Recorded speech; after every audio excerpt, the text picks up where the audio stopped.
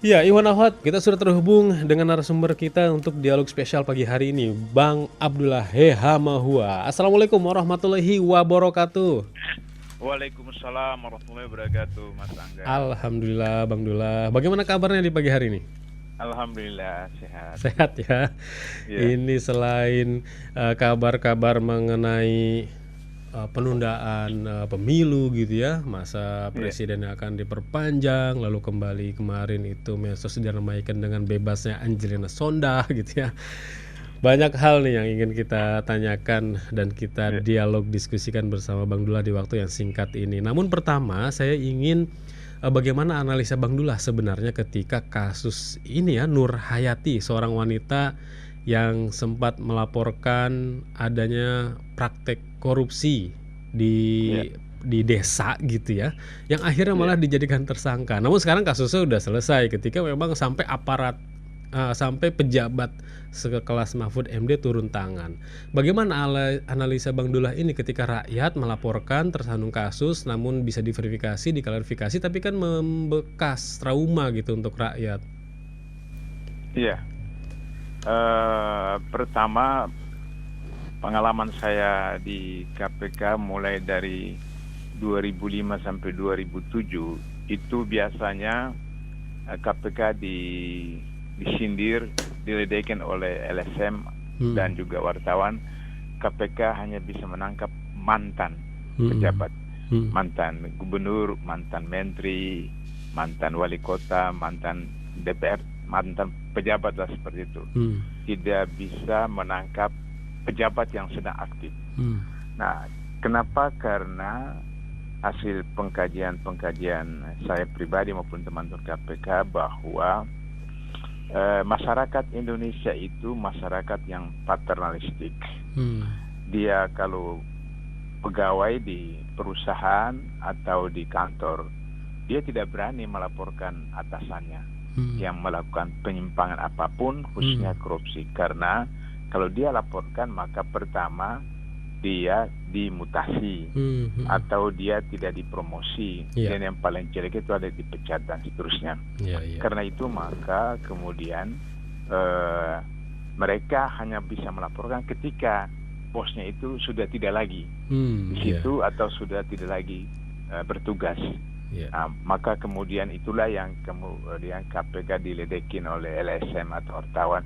KPK juga cuma bisa menangkap mantan pejabat dan sebagainya. Iya. Nah, sejak itu kemudian 2007 itu kami melakukan sosialisasi luar biasa, Iya. sampai turun pagi-pagi hari ke jalanan membagi-bagi buku tentang KPK, tentang korupsi dan seterusnya, dan melakukan sosialisasi hampir di seluruh Indonesia, Iya. menyadarkan masyarakat, menyadarkan PNS, menyadarkan BUMN, BUMD tentang pentingnya melaporkan suatu tindak pidana korupsi yang dilakukan oleh seorang pejabat, meskipun itu atasan apa, karena dampaknya tidak hanya kepada kantor itu, tapi juga terhadap pembangunan nasional, terhadap ekonomi nasional, terhadap anak cucu mereka, karena anggaran pendidikan akan dikorupsi dan seterusnya, terhadap kesehatan dan seterusnya. Sejak itu mulai kemudian keberanian untuk melaporkan ke KPK oleh para pejabat, pegawai dan seterusnya. Maka mulailah KPK menangkap besan Presiden SB, KPK menangkap Gubernur Aceh, kemudian anggota DPR dan seterusnya seperti itu. Nah, kemudian lahirlah apa yang disebut dengan Komisi Perlindungan Saksi dan Korban. Yang setelah sudah lahir, kemudian KPK berkurang tanggung jawabnya karena pelapor-pelapor atau saksi atau korban itu dilindungi langsung oleh lembaga yang mempunyai tugas untuk melindungi saksi dan korban. Sedangkan kalau KPK hanya bertanggung jawab kalau orang itu betul-betul ada menjadi saksi kunci di KPK, sehingga kemudian KPK melindunginya seperti itu.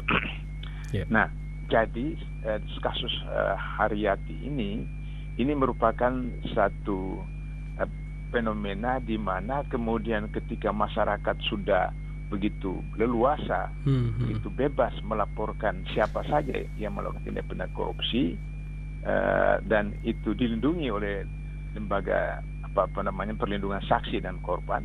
Tahu-tahu kemudian ada individu Hayati di salah satu desa di Cirebon itu yang melaporkan, malah dia kemudian jadikan sebagai tersangka.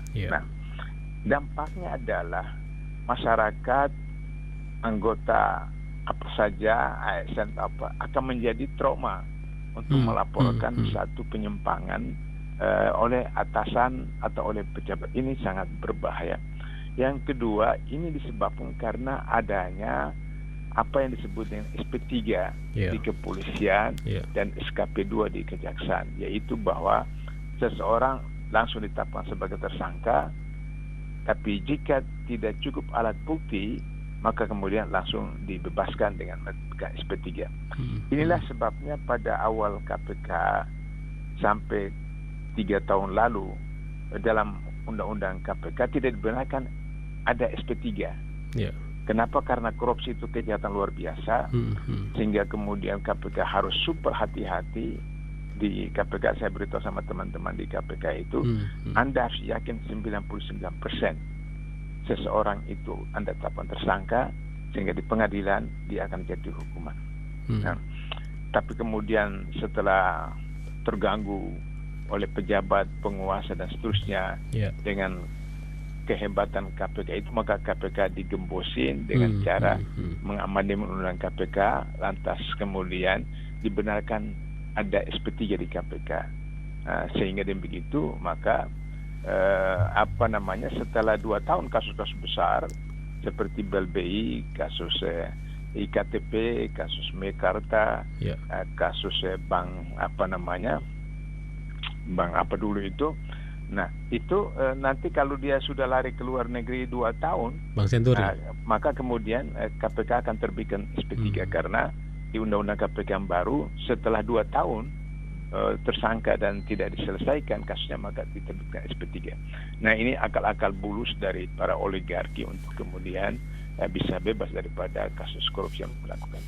Jadi kasus Haryati ini kenapa tidak dilaporkan ke KPK? Karena kepala desanya dalam Undang-Undang Nomor 28 Tahun 1999 itu tidak termasuk penyelenggara negara.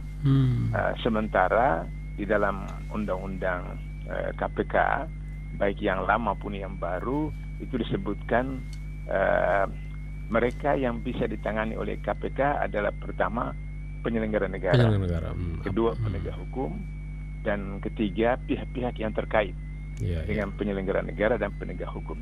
Nah, penyelenggara negara itu menurut Undang-Undang 28/99 itu dari presiden sampai wakil wali kota, wakil bupati.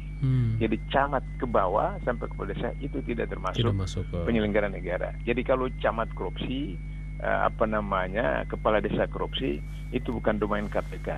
Itu adalah domain kepolisian dan kejaksaan. Itulah sebabnya maka kasus kepala desa dilaporkan oleh Haryati ke kepolisian, dan kemudian Haryati dilaporkan kembali juga ke kepolisian, bukan ke KPK seperti itu.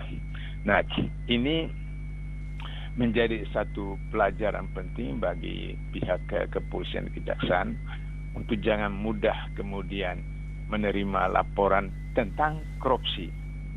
Kenapa? Karena akhirnya masyarakat akan trauma untuk melaporkan kasus pelanggaran penyimpangan oleh atasan dan seterusnya.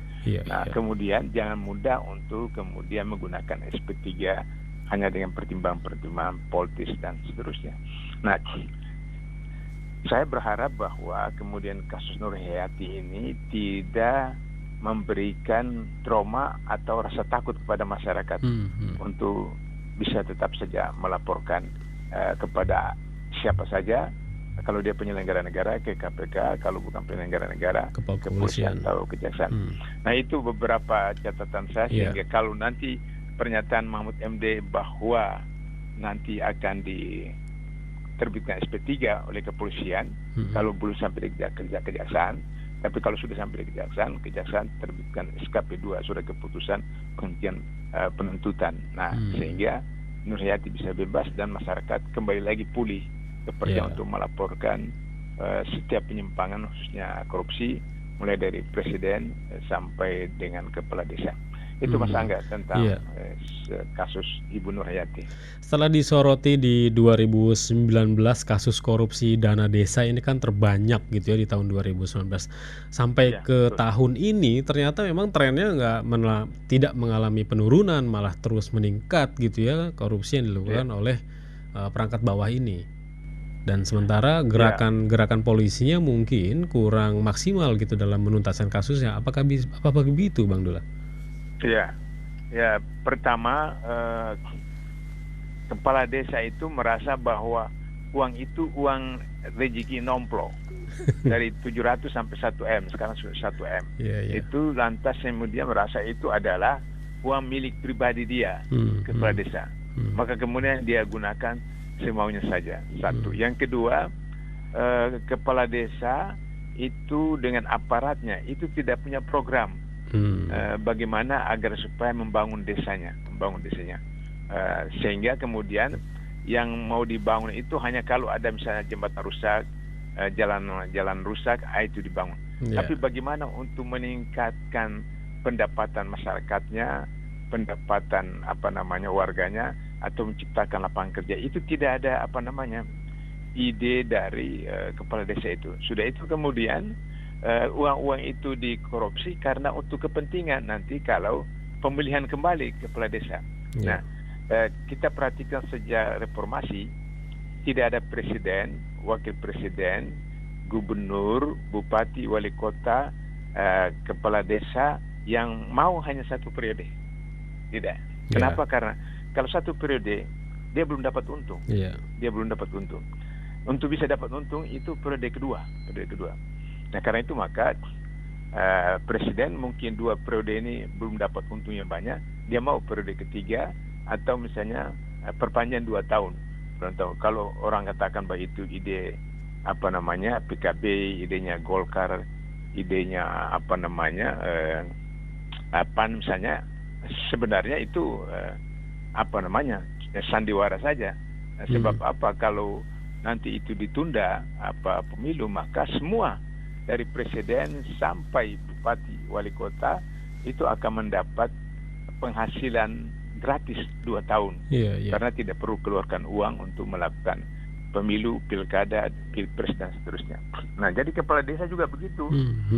Kepala desa itu saya ingat tahun berapa, sudah sekitar 10 tahun yang lalu, ada pilkades di salah satu desa di Tegal.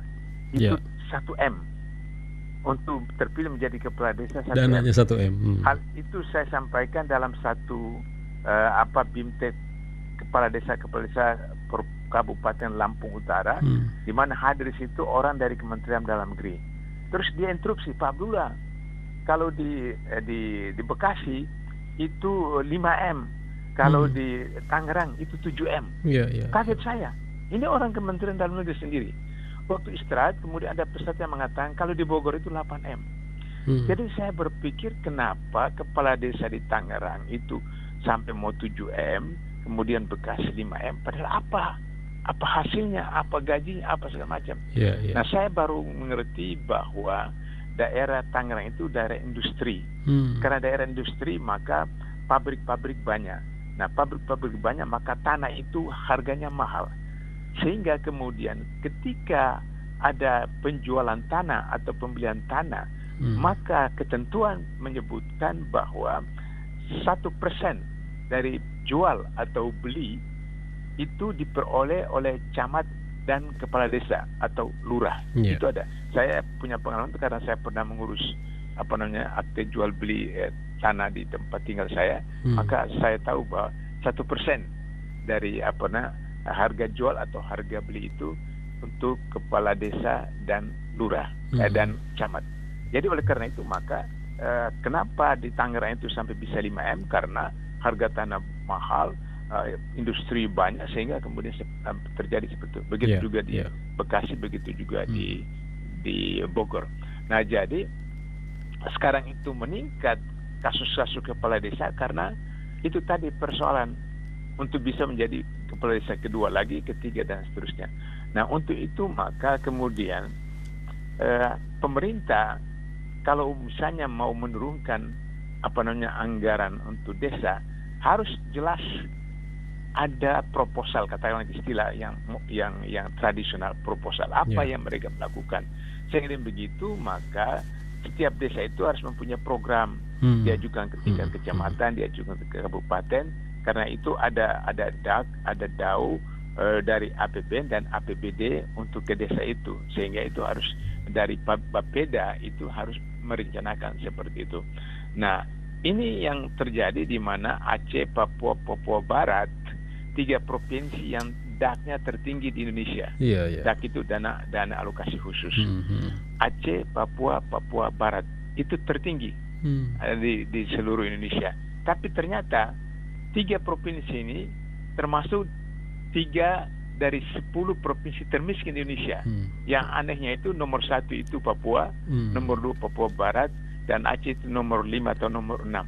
Nah, ini yang jadi masalah karena diberikan anggaran besar, tapi masyarakat atau Pemda itu tidak punya program jelas. Pembangunannya malah rendah. Mereka tidak punya manajemen bagaimana pengolahan pemerintahan daerah, termasuk kalau di desa itu, sehingga kemudian uang itu dirasa seperti uang milik keluarga, uang milik pribadi, uang milik partai, sehingga digunakan seadanya saja seperti itu. Nah, saya kira untuk bisa mengatasinya itu perlu ada satu kebijakan melalui PP agar supaya tidak semudah untuk diberikan dana 1M setiap, otomatis tidak. Tapi harus ada prestasi. Ada prestasi. Artinya kalau misalnya kinerjanya baik, maka kemudian diberikan. Kalau kinerja tidak baik, maka kemudian tidak diberikan. Nah, itu salah satu jalan keluar agar supaya korupsi di tingkat desa itu diturunkan dan rakyat bertambah makmur atau bertambah stabil paling tidak kehidupannya. Begitu Mas Angga soal korupsi kepala desa. Betul. Dari kasus Nur Hayati yang melaporkan ini juga kita jangan sampai lupa gitu ya dengan pelaporan yang dilakukan oleh Ubedillah Badrun ya mengenai 2 putra presiden ini yang sekarang ini statusnya KPK masih mengatakan sabar, kami masih proses. Nah, kata sabar ini apakah hanya merupakan kalimat politis atau bagaimana menurut Bang Dullah? Yang kata KPK soal apa? Iya, mengenai penanganan kasus korupsi yang dilaporkan oleh Ubedillah Badrun terkait yang dilakukan oleh 2 anak presiden. Anak presiden. Iya, karena saya sudah pernah menjelaskan bahwa harus dilihat status hukumnya. Apakah anak Jokowi itu melakukan tindakan penyalahgunaan jabatan dalam kasus pembakaran hutan atau penanganan pembakaran hutan di Sumatera itu ketika dia sudah jadi wali kota atau belum. Nah, kalau dia terjadi sebelum menjadi wali kota, maka dia tidak memenuhi ketentuan dalam pasal 11 Undang-Undang KPK. Tapi kalau misalnya terjadi ketika dia sudah wali kota, otomatis kena, sehingga KPK tidak perlu takut harus tangani. Atau sebaliknya, itu terjadi dia belum wali kota, tetapi dia berkaitan dengan pejabat daerah, apakah gubernur, bupati, wali kota dalam soal pembakaran itu, atau dengan menteri kehutanan misalnya itu. Nah, kalau itu ada, meskipun dia belum wali kota itu dia kena. Sebab dalam pasal 11 Undang-Undang KPK disebutkan bahwa yang merupakan domain KPK itu ada tadi saya katakan penegak hukum, penyelenggara negara, dan pihak-pihak terkait dengan penegak hukum atau penyelenggara negara. Jadi kalau anak wali kota itu dia belum wali kota, dia bukan penyelenggara negara, tapi dia melakukan tindakan berkaitan dengan seorang gubernur, seorang bupati, seorang wali kota atau menteri kehutanan, maka terkena dia. Nah, saya berharap bahwa teman-teman KPK itu lebih serius, jangan hanya karena itu anak presiden sehingga kemudian takut.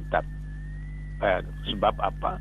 KPK sudah pernah buktikan waktu KPK Jilid 1 di mana saya masih di sana, itu adalah besan presiden. SB.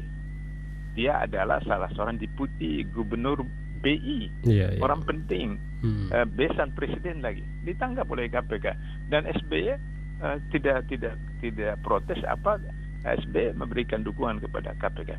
Jadi oleh karena itu misalnya kalau Presiden Jokowi itu mau jadi seorang negarawan, mau menunjukkan bahwa beliau itu presiden yang anti korupsi, dia justru harus perintahkan, atau bukan perintahkan, tapi sarankan kepada KPK untuk tangani. Sehingga dengan begitu, kalau memang betul anaknya tidak korupsi seperti itu, membersihkan nama baik anaknya, membersihkan juga nama baik dia sebagai presiden, sebagai kepala negara, sebagai kepala pemerintahan, dan bisa mendapat kategori sebagai negarawan. Nah, sebagai bahan iktibar, saya mau ceritakan tentang Raja Goa. Raja Goa. Dulu Sulawesi ya. Sebelum datang Belanda, tahun 1500-an. Itu berlaku betul ajaran Islam di Goa itu. Rajanya itu sangat dicintai oleh rakyatnya. Sekali waktu terbukti bahwa anaknya Raja Goa, Putra Mahkota, melakukan satu pelanggaran pidana yang menurut hukum Islam harus dijatuhi hukuman mati. Dan kemudian Raja mengumumkan akan dilakukan eksekusi hukuman mati. Rakyat Goa itu datang ke Raja minta tolong maafkan Putra Mahkota. Kenapa? Karena mereka sangat mencintai Raja, karena rakyat sangat adil, rakyat sangat penyantun, penyayang kepada rakyatnya, sehingga mereka anggap bahwa kemudian Putra Mahkota itu juga seperti ayahnya. Mereka datang minta supaya Putra Mahkota dimaafkan. Raja tidak bersedia, tetap harus hukum ditegakkan. Raja menggunakan dasar hadis Rasulullah, demi Allah jika Fatimah binti Muhammad mencuri pasti kupotong tangannya. Nah, maka kemudian masyarakat Goa itu datang kepada istri ratu. Mereka berpikir kalau raja tidak bisa dilembutkan melalui ratu. Mereka datang kepada ratu minta agar supaya ratu meyakinkan raja agar supaya jangan dijatuhi hukuman kepada Putra Mahkota. Apa jawab ratu? Kalau kalian mencintai saya dengan raja, bantu kami untuk mengeksekusi Putra Mahkota. Masya Allah. Dan itu kemudian raja mengeksekusi Putra Mahkota. Dan itu membuat rakyat tambah cinta kepada raja, rakyat tambah cinta kepada ratunya. Nah, jadi kalau kasus anaknya Jokowi, kalau Jokowi itu mau menjadi orang besar setelah dia tidak jadi presiden, dihormati, maka kemudian dia harus menyilahkan, kemudian menyampaikan kepada penegak hukum bila perlu dalam status sebagai kepala negara, apalagi sekarang KPK sudah statusnya ASN, maka pimpinan tertinggi ASN itu adalah presiden, maka dia bisa perintahkan KPK sebagai ASN untuk melakukan penyelidikan secara transparan, terbuka terhadap anaknya, sehingga kalau terbukti anaknya salah, dijatuhi hukuman, maka itu membuat Jokowi akan tambah besar namanya. Bukan tambah malu, tambah besar namanya. Karena dia jiwa besar untuk menyerahkan anaknya dijatuhi hukuman secara langsung sebagai pelajaran itibar bagi rakyat yang lain. Saya kira itibar itu harapan penting kita kepada KPK. Bang Dullah, terakhir sebagai penutup ya. Ini kemarin publik disoroti oleh pemberitaan bebas bersyarat setelah 10 tahun Angelina Sondakh, yang ketika keluar juga langsung mengatakan saya menyesal atas perbuatannya. Dan saya dapat cerita dari Bang Novel Baswedan ya ketika kami wawancarai. Ya, salah satu yang terlihat bagaimana penyesalan selama ini dari aksi korupsi itu memang dari Angelina Sondakh, apalagi di penjara dia sampai dapat hidayah. Namun banyak juga Bang Dullah yang keluar dari penjara gitu ya karena kasus korupsi, bikin kasus lagi gitu ya. Bagaimana Bang Dullah melihat efektivitas hukuman bagi para koruptor? Iya, pertama saya sebenarnya menyatakan rasa prihatin kepada masyarakat di mana seorang koruptor keluar itu disambut dengan upacara, disambut dialu-alukan sebagai seorang pahlawan. Ini sangat menyedihkan buat saya pribadi. Karena apa? Sanksi penjara itu tidak menyelesaikan persoalan. Yang menyelesaikan persoalan itu adalah salah satunya sanksi masyarakat. Jadi kemudian ketika koruptor keluar itu dilecehin, tidak beri kesempatan, tidak apa segala macam, dan tetap dikucilkan di masyarakat, itu akan membuat dampak yang luar biasa, sehingga orang tidak akan lagi saya ingat dulu ada seorang menteri cuma dipanggil KPK untuk memberi keterangan saksi. Itu anaknya itu malu pergi sekolah. Malu, karena dianggap bapaknya dipanggil KPK, dianggap koruptor apa segala macam. Anaknya malu pergi ke ke sekolah seperti itu. Nah, jadi sanksi sosial itu penting sekali. Nah, sekarang kasus Enggi, saya masih saya tahu bagaimana kesungguhan dia, sehingga kemudian bahagian kalau kita DKM begitu, di masjid, di KPK, ada namanya baik Badan Amal Islam Kebajikan KPK, itu meminta pendapat saya bagaimana untuk membina si Enggi ini. Dia kan mualaf kan, dia mualaf. Jadi saya bilang udah panggil guru ngaji datang ke penjara. Waktu itu masih di tahanan KPK untuk diajarkan, dan datang guru ngaji. Guru ngaji saya lupa 2 kali 1 pekan atau sekali sepekan, dan betul-betul dia ngaji seperti itu.